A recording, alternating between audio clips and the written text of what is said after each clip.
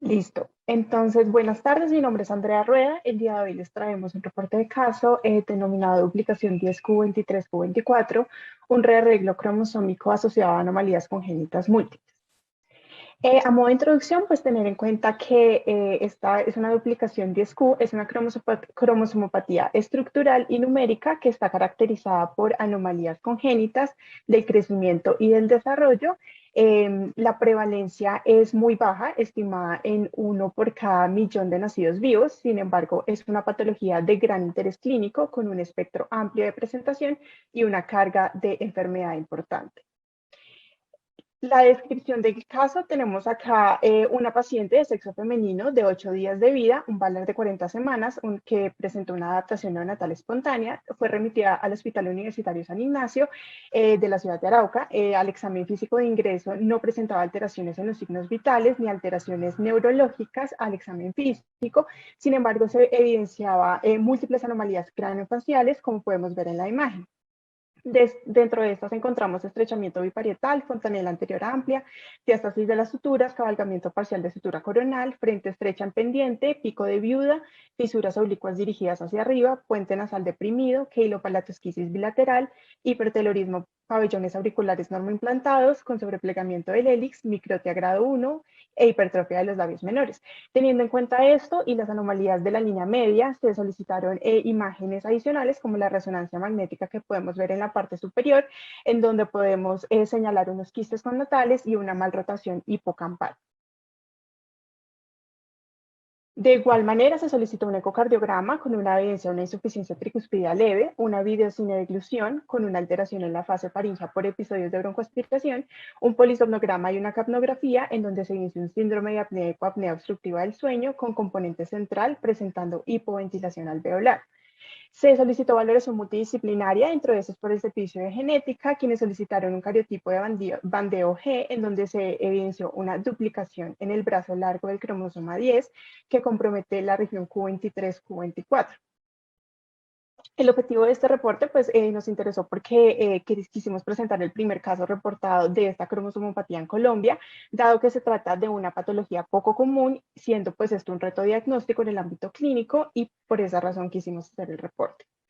Los métodos, pues la descripción del caso, la descripción de las conductas establecidas y revisión de la literatura, utilizando pues unos palabras claves y términos MESH, duplicación 10q23q24, brazo largo del cromosoma 10, anormalidades congénitas y malformaciones craneofaciales.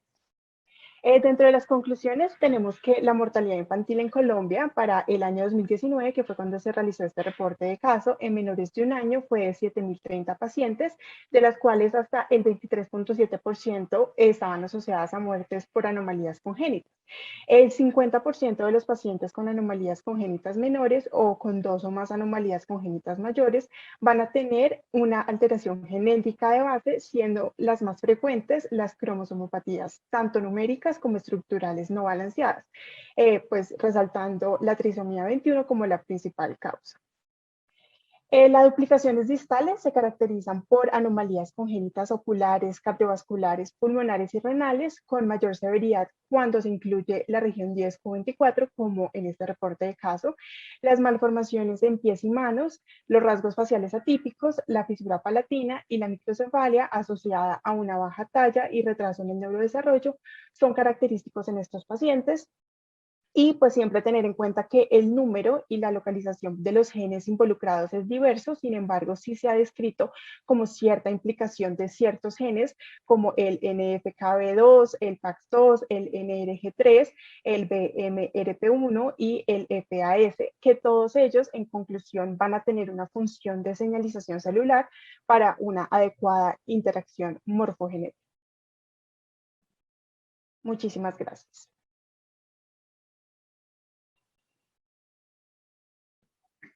Gracias, doctora Andrea. Continúa la doctora Karen Tou.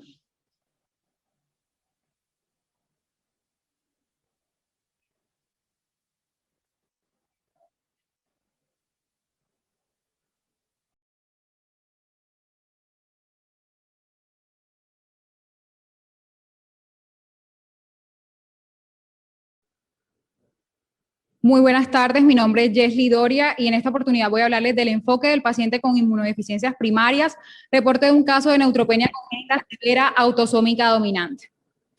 Las inmunodeficiencias primarias son un grupo de enfermedades congénitas que se caracteriza por la alteración del sistema inmunitario, es una disregulación del sistema inmunitario en general. Según la clasificación internacional de inmunodeficiencias, hay 9 tipos de inmunodeficiencias primarias, siendo el déficit predominante de anticuerpos la más prevalente.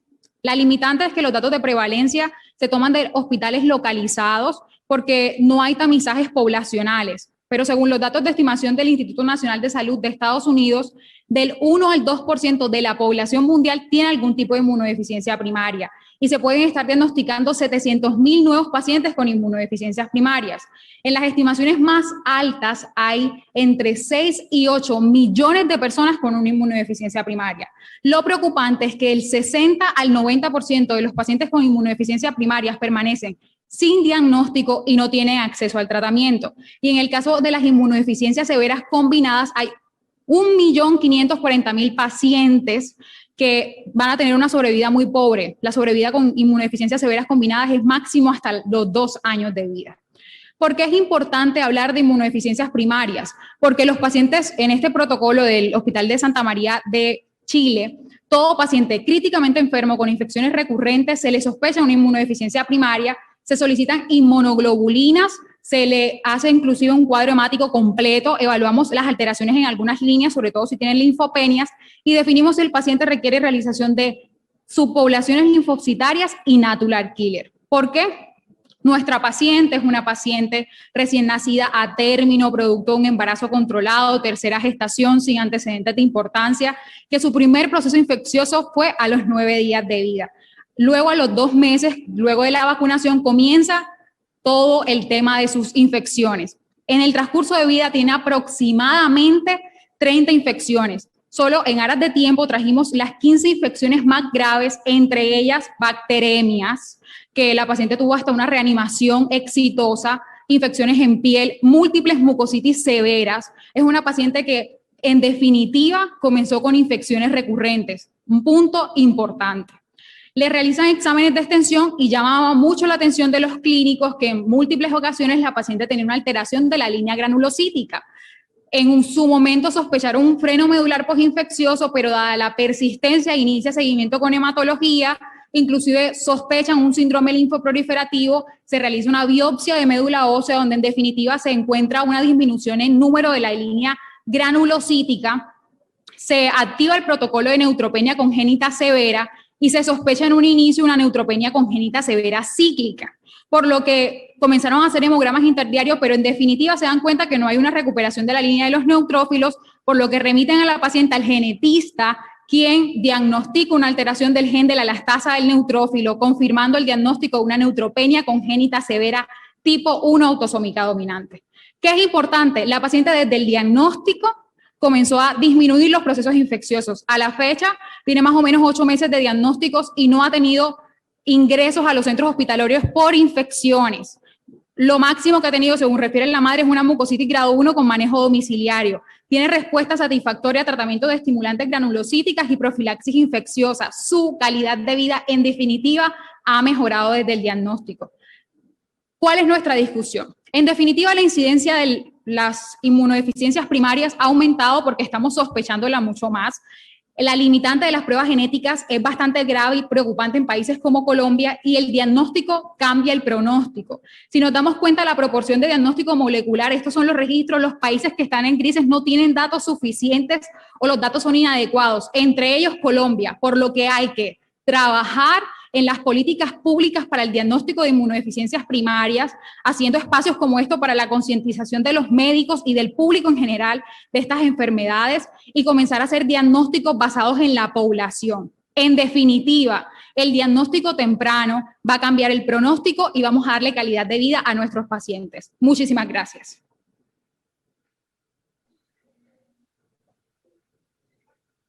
Gracias, doctora Jesly.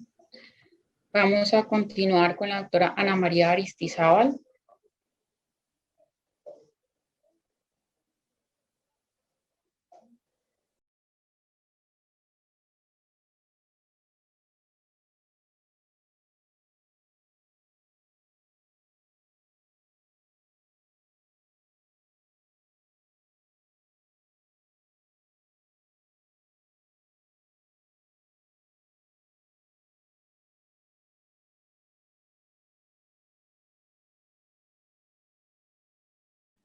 Ya, qué pena. Buenas tardes.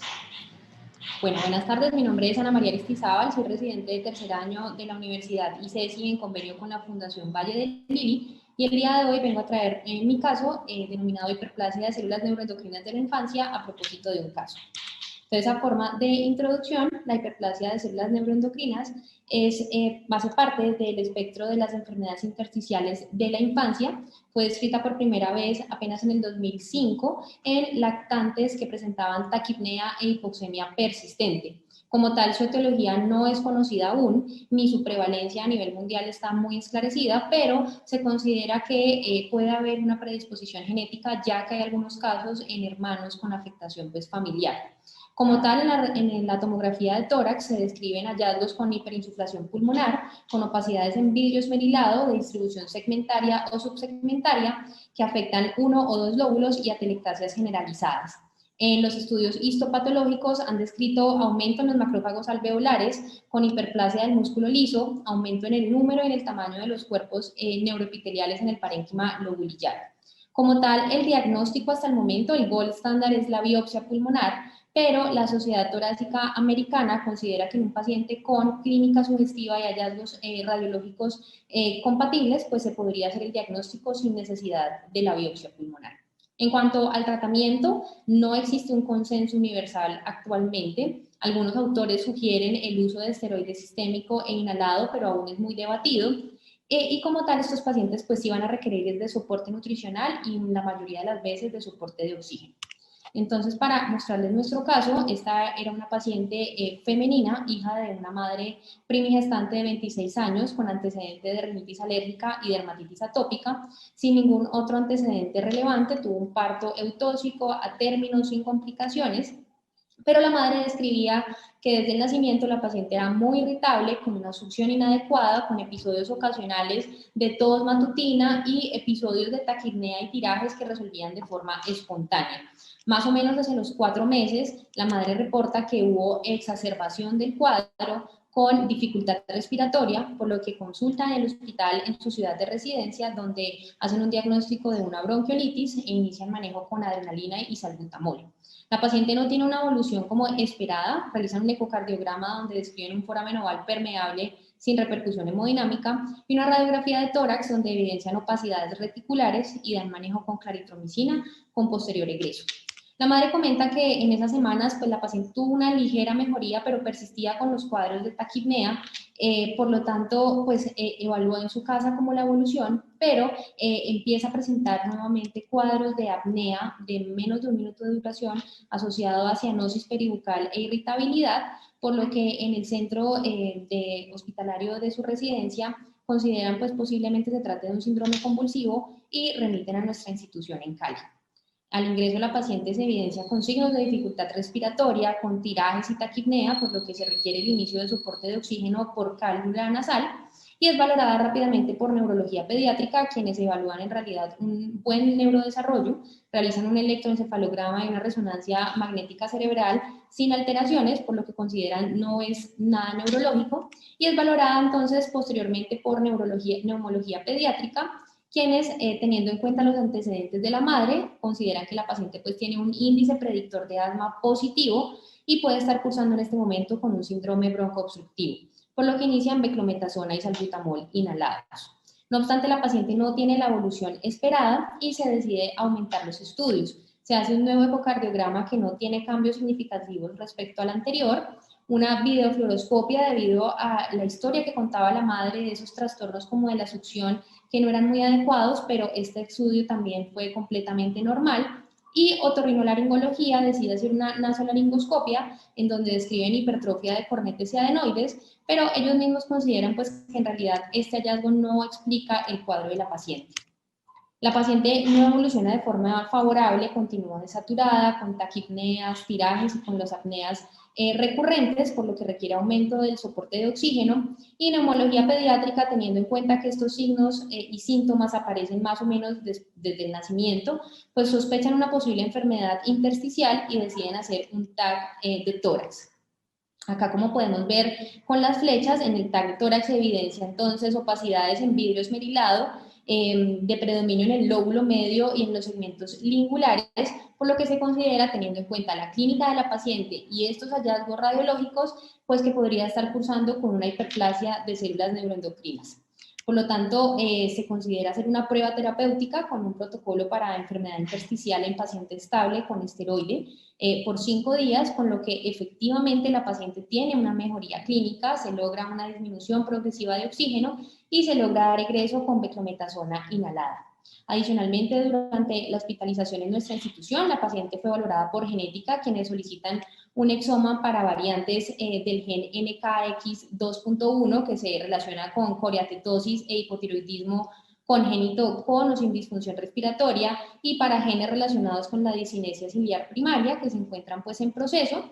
Y en el último control con neumología pediátrica, aproximadamente un mes después de la hospitalización, la paciente ya cuenta con electrolitos en sudor negativos, se ha logrado hacer una disminución progresiva del litraje de oxígeno y pues la paciente no ha vuelto a tener nuevas hospitalizaciones ni infecciones, y por el momento pues se considera por parte del grupo está diferida la biopsia pulmonar. Entonces, para terminar y como discusión, pues tener en cuenta que la hiperplasia de células neuroendocrinas de la infancia se va a caracterizar por un paciente con taquipnea crónica que presenta signos de dificultad respiratoria y que probablemente va a tener falla para progresar. Sin embargo, como bien lo dije desde un comienzo, esta es una patología pues poco común y siempre hay que descartar otros diagnósticos como lo hicimos en nuestra paciente para poder llegar a esta patología. Los hallazgos radiológicos muchas veces pueden ser inespecíficos en la radiografía de tórax, como vimos, nuestra paciente a los 4 meses tuvo una radiografía de tórax con hallazgos, pues unas opacidades intersticiales que nadie pensó pues podrían estar en relación con una enfermedad intersticial, pero muchas veces nos van a permitir este tipo de imágenes pues diferir la realización de biopsias pulmonares en pacientes sobre todo que no están tan graves y pues que están muy pequeños para ser llevados a intervención quirúrgica. Entonces, pues por último, en realidad el diagnóstico pues de esta enfermedad es desafiante y debido a su baja incidencia definitivamente debe ser de exclusión. Sin embargo, sí consideramos es necesario lograr una mayor sensibilización del personal de salud en esta patología con el fin de lograr pues un diagnóstico precoz e iniciar un tratamiento y seguimiento oportuno con el fin de lograr mejores resultados a largo plazo. Muchísimas gracias. Gracias, doctora Ana María. Continuamos con la doctora Nidia Suárez. Recuerden, por favor, 5 minutos de presentación.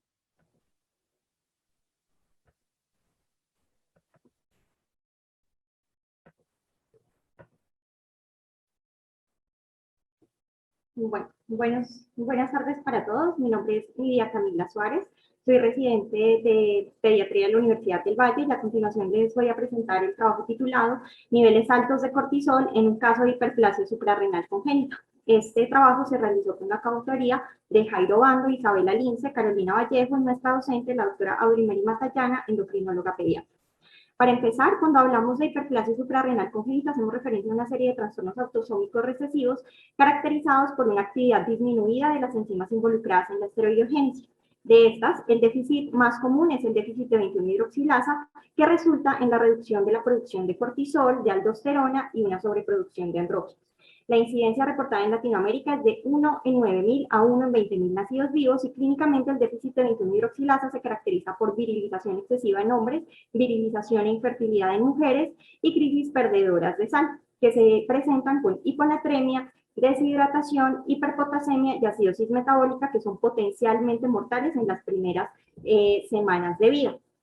Los hallazgos clásicos a encontrar en los laboratorios son niveles bajos de cortisol, de aldosterona, con exceso de andrógenos y de precursores suprarrenales, por lo que encontrar niveles altos de cortisol puede dificultar el diagnóstico. ¿Cuál fue la justificación para realizar esta presentación? Que dentro de la gama de diagnósticos diferenciales de virilización e hiponatremia están la hiperplasia suprarrenal congénita y el síndrome de resistencia a cortisol, por lo que niveles elevados de cortisol puede dificultar la diferenciación entre estas dos entidades. Nuestro objetivo es describir un caso clínico de hiperplasia suprarrenal congénita con niveles altos de cortisol, un hallazgo infrecuente, a través del reporte de caso y de búsqueda en la literatura de casos similares. Nuestro caso hace referencia a un masculino de 2 meses de edad que ingresa, referido desde la consulta de crecimiento y desarrollo por pérdida de peso desde el nacimiento, Como antecedentes perinatales, nació a término con un peso de 3.890 gramos, una longitud adecuada, sin ningún tipo de hospitalización durante el periodo perinatal y tampoco ningún tipo de antecedente patológico. Al examen físico de ingreso encontramos una desnutrición aguda severa con un peso para la talla menos 3.6 asociado a hiperpigmentación en areolas, en genitales y una longitud de pene aumentada para la edad, como podemos mirar en las imágenes. Además de esto, hiponatremia severa en 106.000 equivalentes por litro, una hiperpotasemia y acidosis metabólica con anion GAP elevado. Ante estos hallazgos clínicos y paraclínicos iniciales, se solicitó un perfil hormonal encontrando un cortisol marcadamente elevado en 61.6, asociado a una ACTH elevada, aldosterona normal y andrógenos elevados. En este contexto de bajo peso, virilización, hiponatremia, ACTH elevada, hiperandrogenismo, más niveles de cortisol sin signos de Cushing o de hipercortisolismo, la primera impresión diagnóstica fue de síndrome de resistencia al cortisol, por lo cual se solicitó una prueba de supresión con dexametasona y como podemos ver en la tabla, si bien los niveles de cortisol descendieron, no suprimieron, lo cual era o apoyaba el diagnóstico de síndrome de resistencia a glucocorticoides, por lo que se dejó manejo con dexametasona a dosis altas y se adicionó fludrocortisona, ya que el paciente presentó durante su hospitalización niveles elevados persistentes de potasio.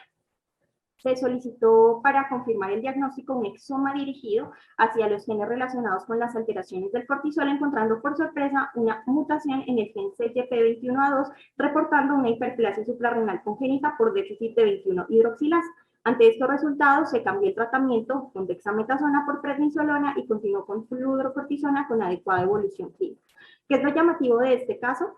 Que primero tuvo una presentación inusual, tener déficit de 21-hidroxilasa con alteraciones hidroelectrolíticas tan severas y tuvo solamente como presentación clínica pérdida de peso sin otra manifestación. Además de eso, dentro de los paraclínicos, cursó con una ACTH elevada, andrógenos elevados, niveles de aldosterona normales que pueden estar presentes en los casos de hiperplasia suprarrenal congénita, pero también en los casos de síndrome de resistencia al cortisol, y lo único que los diferencia son los niveles de cortisol. En nuestro caso, los niveles fueron elevados, por lo cual la primera sospecha diagnóstica fue de síndrome de resistencia al cortisol. ¿Qué explica, de acuerdo a la literatura, estos hallazgos? Que los niveles de cortisol en sangre son medidos a través de técnicas de un ensayo, los cuales utilizan anticuerpos dirigidos contra los epítopos de las moléculas o de la molécula de cortisol. Sin embargo, existe la probabilidad de valores falsamente elevados dependiendo de la reactividad cruzada del anticuerpo utilizado. En nuestro caso, utilizamos una técnica de ensayo, de un ensayo competitivo con una reactividad cruzada reportada del 1.15%. Para evitar este tipo de hallazgos, pues se deberían contar con técnicas mejoradas, como la cromatografía líquida con espectrometría de masas en tándem para la cuantificación de estas hormonas en sangre. Un minuto, doctora. ¿Qué podemos concluir y que nos dice en este caso? Que los niveles de cortisol elevados asociados a la clínica presentada hacen pensar en síndrome de resistencia al cortisol. Sin embargo, no se debe descartar del todo la hiperplasia suprarrenal congénita debido a la reactividad cruzada reportada en las pruebas de laboratorio y se deben buscar pruebas más específicas. Muchas gracias.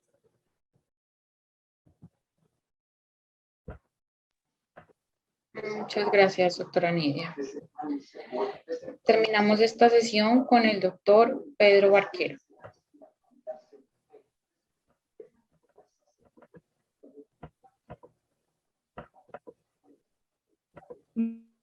Buenas tardes. Nidia Camila, deja de presentar, porfa.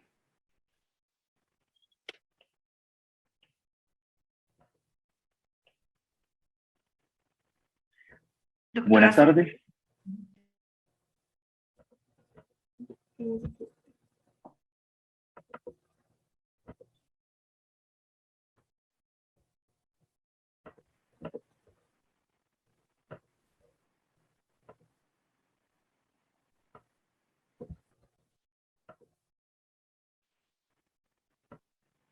Nidia Camila, si dejas de presentar, porfa.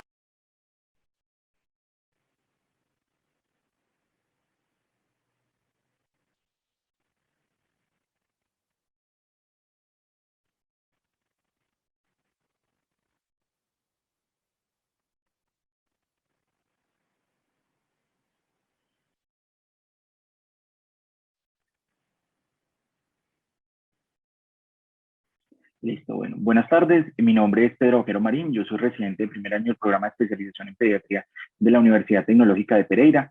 El reporte de caso que les vengo a presentar en la tarde de hoy es púrpura trombocitopénica inmunológica asociada a infección por SARS-CoV-2 en pediatría, con los autores la doctora Paola Valencia, Andrés Sáenz, Gabriel Vinacio y Juan Pablo Rojas. A modo de introducción, la púrpura trombocitopénica inmunológica es un trastorno hematológico que va a estar caracterizado por tener un recuento plaquetario menor a 100.000 plaquetas por litro. Esto va a ser secundario a la presencia de anticuerpos antiplaquetarios, lo cual lo va a hacer que se constituya como el trastorno hemorrágico adquirido y la causa de trombocitopenia más frecuente en la primera infancia. Va a tener una incidencia que es de 4.2 por cada 100.000 niños y va a tener una mayor prevalencia en los niños entre los 2 a los 5 años de edad. Se va a clasificar teniendo en cuenta la ausencia, que también es denominada primaria, o presencia, también denominada secundaria, de una enfermedad subyacente, lo cual va a permitir la clasificación de la púrpura trombocitopénica. El caso clínico a presentar el día de hoy es un paciente masculino de 9 años de edad que es remitido de la ciudad de Armenia, Quindío, en el cual el motivo de consulta, el cual refería a su madre, era que le estaban saliendo morados por todo el cuerpo. Este paciente masculino consulta pues por un cuadro clínico de 7 días de evolución, consistente en la aparición de lesiones petequiales y purpúricas a nivel de tronco con posterior compromiso de miembros superiores, inferiores y dorso, asociado a un único episodio de epistaxis autolimitada. El único antecedente positivo que tenía el paciente era que 4 semanas previas al ingreso había presentado un cuadro respiratorio constituido por tos húmeda, alzas térmicas cuantificadas hasta de 39, astenia, dinamia, por lo cual consultó en unidad local, donde a través de prueba antigénica para SARS-CoV-2 confirmaron enfermedad por COVID-19. Dicho cuadro clínico se autolimitó a los 4 días de evolución de este cuadro, sin ninguna otra clínica hasta el momento de la consulta.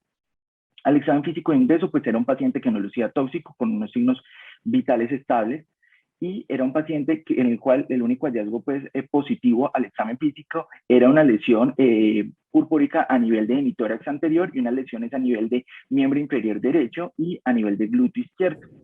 El paciente tenía un hemograma de remisión en el cual se evidenciaba que tenía unas plaquetas en 16.000, por lo cual se consideró que el paciente tenía una trombocitopenia severa. Con el contexto clínico actual, se consideró pues, que el paciente tenía una púrpura trombocitopénica de alto riesgo para sangrado del sistema nervioso central, por lo cual se indicó manejo en unidad de cuidados intermedios pediátricos. Allí se indicó la toma de paraclínicos y se inició manejo con metilprednisolona a razón de 30 miligramos kilogramo día por 3 días.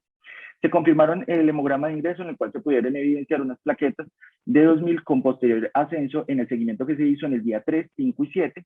Asimismo, se hizo la solicitud de unos paraclínicos en el cual se destacan un COMP directo negativo y un extendido de sangre periférica normal.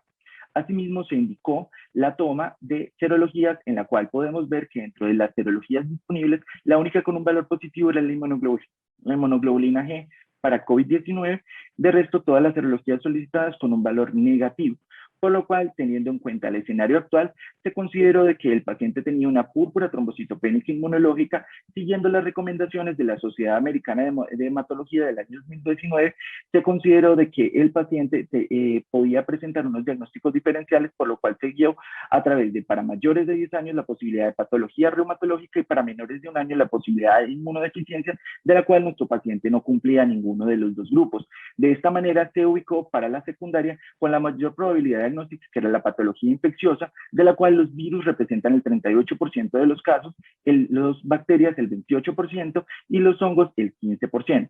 De esta manera se consideró, teniendo en cuenta un tiempo noxavento compatible y una inmunoglobulina G para COVID-19 positiva, que el paciente presentaba una infección por SARS-CoV-2 previa que se podía asociar con la púrpura trombocitopénica actual, por lo cual es de tener en cuenta que desde el ingreso del SARS-CoV-2 en marzo del 2020 hasta el 3 de julio del año 2021, el Instituto Nacional de Salud ha reportado más de 350.000 casos en la población pediátrica.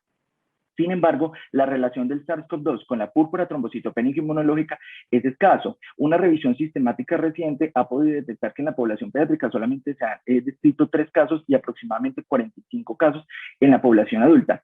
Es importante hablar sobre SARS-CoV-2 y púrpura trombocitopénica en la población pediátrica, teniendo en cuenta que los mecanismos por los cuales por los cuales se puede generar este tipo de alteración o patología son diferentes con respecto a otros virus a través de mecanismos de mimetismo molecular. Sin embargo, aplicados a nuestro paciente, se han podido determinar que hay 3 objetivos diana. El primero es la unión al receptor CD13. Esa unión al receptor CD13 se da y se extrapola de estudios que se dieron con el coronavirus E229, en el cual encontraron de que esta metaloproteasa lo que permitía era que una vez el SARS-CoV-2 se encontraba circulante, permitía una internalización y permitía una disminución en la producción, activación y respuesta a nivel plaquetario.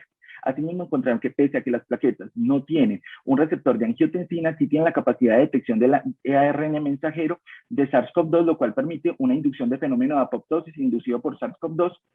Y el tercero aplicado a nuestro paciente es que los casos leves de enfermedad por COVID-19, al igual que los casos severos, pueden presentar una disminución en el número circulante de linfocitos CD4 y CD8, lo cual va a generar una alteración sobre el sistema de histocompatibilidad 1 y 2, lo cual va a generar una alteración en el ligando DP1 y esa alteración en ese ligando va a generar alteración y un mecanismo de presentación cruzada antigénica, lo cual va a favorecer la apoptosis plaquetaria. Y para los casos severos, como en el caso del mencionado síndrome de respuesta inflamatoria multisistémica, la tormenta de citoquinas puede generar en este tipo de pacientes un aumento en el depósito de plaquetas y ese aumento en el depósito de plaquetas genera un agotamiento de la misma, lo cual podría explicar. Consideramos de que el caso era de vital importancia reportarlo teniendo en cuenta el poco número de casos existentes asociado a la importancia de reconocer los diferentes mecanismos fisiopatológicos, los cuales van a inducir hasta trombocitopenia y asociado a eso la púrpura trombocitopénica, que es una enfermedad que pese a ser muy frecuente, no conocemos los mecanismos por los cuales se generaba. Muchas gracias. Muchas gracias, doctor Pedro. Bueno, invito a todos los expositores a que prendan sus cámaras, por favor. Dejamos de compartir pantalla y vamos con el bloque de preguntas. Voy a empezar yo. Tengo una pregunta para el doctor Pedro. ¿El paciente tenía algún, o sea, ustedes tenían, mencionó al inicio, prueba antigénica con la que llegó y después en la que mostraste una IgG positiva? No vi, o no sé si me perdí en algún punto, PCR. ¿El paciente tenía algún otro antecedente, alguna otra infección o algo más que los pusiera a dudar en algún momento sobre cuál fuera a ser la posible causa, o sea, alguna causa distinta a la infección por el SARS-CoV-2, o solamente era el único antecedente que tenía? Doctora, sí, efectivamente solamente la prueba antigénica se mencionó, era porque era con lo que se realizó el diagnóstico 4 semanas previas al ingreso, ¿sí? Y con respecto a los antecedentes, era el único antecedente que tenía el niño, en la familia no existía ningún otro tipo de antecedente, no tenía algún factor de riesgo para vasculitis, para enfermedad reumatológica o enfermedades transmitidas por vectores. Ok, muchas gracias. Bueno, doctora Claudia. Pues sí, felicitarlos porque de verdad que el aprendizaje es inmenso con cada uno de estos casos. Pues tengo muchas preguntas, pero más de desconocimiento, pero no vamos a alcanzar a hacer muchas por cuestión de tiempo. Yo tengo una pregunta para la doctora Yaesli con respecto a su paciente de la neutropenia. Si el futuro de este paciente será que necesitará estimulantes de los granulocitos toda su vida, ¿qué pasa con ellos? ¿Qué pasa con estos pacientes?